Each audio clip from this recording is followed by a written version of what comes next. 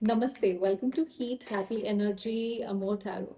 सो आज हम देखेंगे आपके पर्सन और आपके बीच में नेक्स्ट कॉन्वर्जेशन क्या होगी उसके बारे में। अभी सामने बैठ कर नहीं हुई है, ये वो कॉन्वर्जेशन है, लेकिन दिल और एनर्जी में कुछ कुछ चल रहा है। तो यहाँ पे बेसिकली थोड़ी सी क्लैरिटी के लिए देखेंगे कि नेक्स्ट कॉन्वर्जेशन जो भी होगी वो क्या होगी। तो आपके पर्सन कहेंगे 9 ऑफ सॉर्ड्स। मुझे रातों को नींद नहीं आती है, मुझे बार बार वही बातें सोच सोच के एंजाइटी होती है, गिल्ट होता है जो कहनी चाहिए थी पर कह नहीं पाया या कह नहीं पाई। डर डर लगता है कि मैंने बहुत शायद देर कर दी है। तुम मेरे दिमाग से जाते नहीं हो, कभी गिल्ट बनकर, कभी रिग्रेट बनकर, कभी याद बनकर, कभी यू नो मैं स्ट्रांग दिखने की कोशिश तो कर रहा हूँ या कर रही हूँ, पर अंदर से बहुत रेस्टलेस फील कर रहा हूँ, बहुत रेस्टलेस एनर्जी फील हो रही है। अब आप रिस्पॉन्ड करते हैं 10 ऑफ सॉर्ड से। तुम्हें पता है मुझे सबसे ज्यादा हर्ट क्या करता है? कि जब मुझे सबसे ज़्यादा क्लैरिटी चाहिए होती है, रीअश्योरेंस चाहिए होती है, कॉन्वर्जेशन चाहिए होती है, कम्युनिकेशन की सख्त ज़रूरत होती है, तब मुझे सिर्फ कंफ्यूजन मिलता है। तब तुम सिर्फ मिक्स सिग्नल्स देते हो या कुछ क्लियर बात नहीं करते हो या कॉन्वर्जेशन से भागने की कोशिश करते हो। मैं पहले ही बहुत बार हर्ट हो चुकी हूँ या हो चुका हूँ, और इस बार मैंने खुद से प्रॉमिस किया था कि मैं अपने आप को और नीचे नहीं गिरने दूंगा या दूंगी। इसलिए मुझे लगता है कि मुझे गार्डेड होने की ज़रूरत है। मेरी वीकनेस नहीं है ये, मेरा सर्वाइवल मोड ऑन है। अगर आपको लगता है कि ये रीडिंग आपसे रेजोनेट करती है तो सब्सक्राइब ज़रूर करिएगा। अब आपके जो पर्सन है वो कह रहे हैं स्ट्रेंथ। मुझे मानना पड़ेगा कि मैं डर गया था अपनी फीलिंग से, अपनी जिम्मेदारियों से। मुझ में उतनी हिम्मत नहीं है जितनी हिम्मत तुम में है, जो हिम्मत तुमने हमेशा दिखाई है। पर मैं खुद को कंट्रोल करना सीख रहा हूँ। मैं भागना नहीं चाहता था, अभी भी नहीं चाहता हूँ। मैं सिर्फ ये नहीं कहना चाहता कि मुझे फर्क पड़ता है, मैं ये दिखाना भी चाहता हूँ। मैं अपने एक्शंस में कुछ करके दिखाना चाहता हूँ, बस मुझे समझ नहीं आ रहा है कि शुरू कैसे करूँ। आपका जवाब, किंग ऑफ वॉन्ड्स। मैं अब उस मोड पे हूँ अपनी जिंदगी में जहाँ पे मैं अपनी पावर में, कॉन्फिडेंस में खड़ा हूँ या खड़ी हूँ। मैं अपनी जिंदगी को लीड कर रही हूँ या कर रहा हूँ, सिर्फ रिएक्ट नहीं कर रहा हूँ। मैं रिस्पॉन्ड करना मैंने सीख लिया है, और अगर कोई मेरे साथ चलता है तो वेल, बहुत अच्छी बात है। उसको क्लैरिटी के साथ चलना पड़ेगा, उसको half effort, half truth, half presence. मेरी जिंदगी में उन सब की जगह नहीं है अब ना। कभी कभी ये भी हो सकता है कि ये कॉन्वर्जेशन उल्टी हो, अ, ये एनर्जी आपकी हो, ये आपके पर्सन की हो, तो उसको आप देख लीजिएगा क्योंकि कलेक्टिव रीडिंग है। अब आपके पर्सन थोड़ा सा मतलब इमोशनली आते हैं 6 ऑफ कप्स लेके। तुम मेरे लिए सिर्फ एक फेज नहीं थी, तुम्हारी सिंप्लिसिटी, वार्मथ, हंसी, ये सब आज भी मेरे साथ है। वो सारी यादें, वो सारे पल जो हमने साथ में गुजारे हैं, वो सब कहीं ना कहीं मेरे अंदर बसते हैं। कभी कभी लगता है कि जो प्योर मोमेंट्स तुम्हारे साथ थे वही सब रियल था, बाकी सब छलावा है। और शायद मैं उनकी वैल्यू तब समझ नहीं पाया। I agree. आप 2 ऑफ सॉर्ड्स की एनर्जी में है। um, आप थोड़ा सा पॉज लेके फिर बोलेंगे यहाँ पे। मेरा दिल अब दो रास्तों के बीच खड़ा है। एक तरफ वो यादें हैं जो कभी बहुत अच्छी प्यारी लगती थी, पर दूसरी तरफ एक पीसफुल एनर्जी है, एक काम एनर्जी है, जिसके लिए मैंने बहुत काम किया है, बहुत मेहनत की है अपने ऊपर। और इस बार मैं इमोशंस की प्रेशर में आके डिसीजन नहीं लेना चाहती हूँ या चाहता हूँ। मैं क्लैरिटी के साथ चूज करूँगा या करूँगी।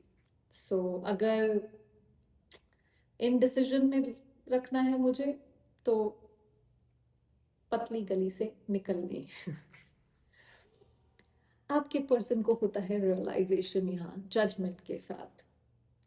मुझे समझ आ गया है, मेरी ज्ञान चक्षु खुल गए हैं यहाँ पे।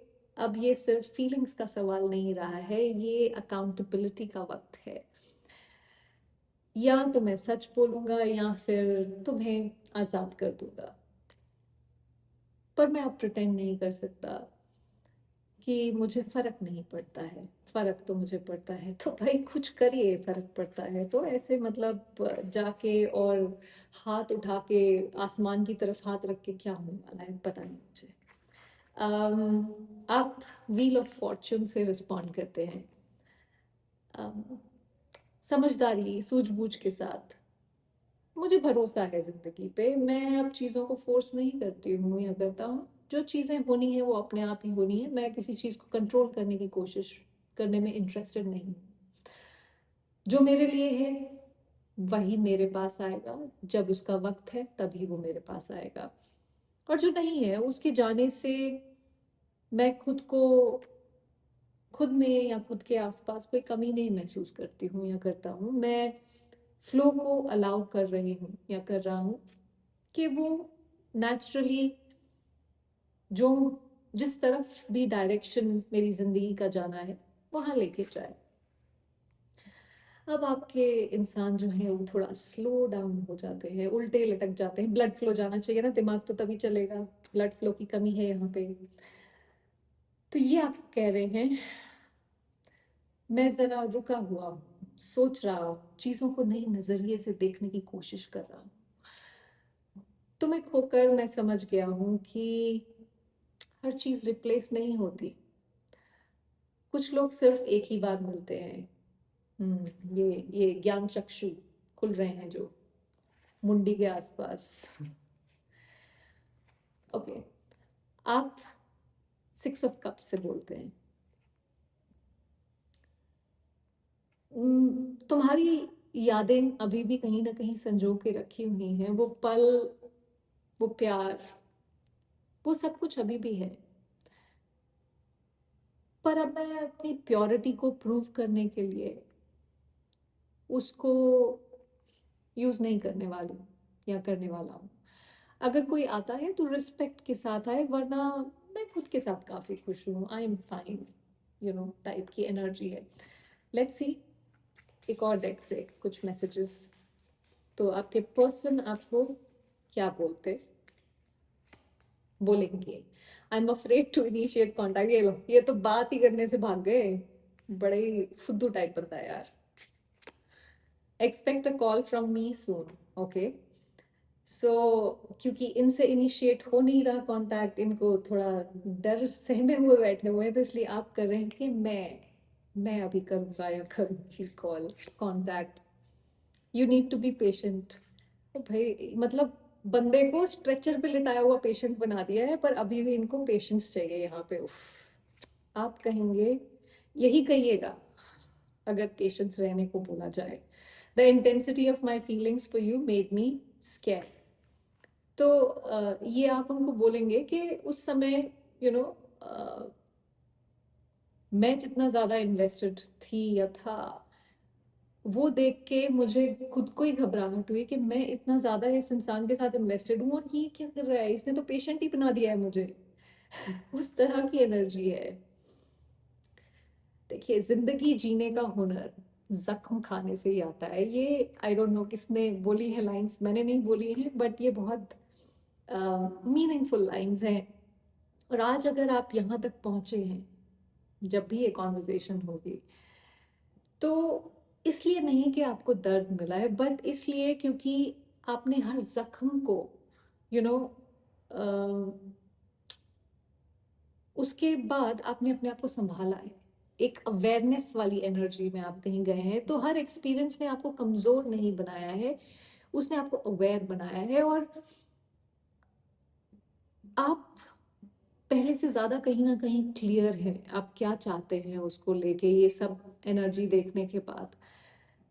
अम, और अपनी कीमत शायद पहले से ज्यादा आपको मालूम है, इसलिए पीछे मत देखिए। जो चला गया उसको, पॉसिबली उसका रोल आपकी जिंदगी में पूरा हो गया है, और अगर उसको वापस आना होगा तो जिम्मेदारी के साथ आना चाहिए, राइट?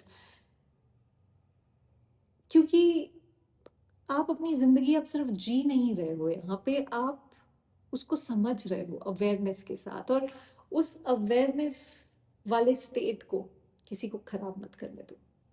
आई होप इससे आपको कुछ क्लैरिटी मिली हो। Thank you for watching.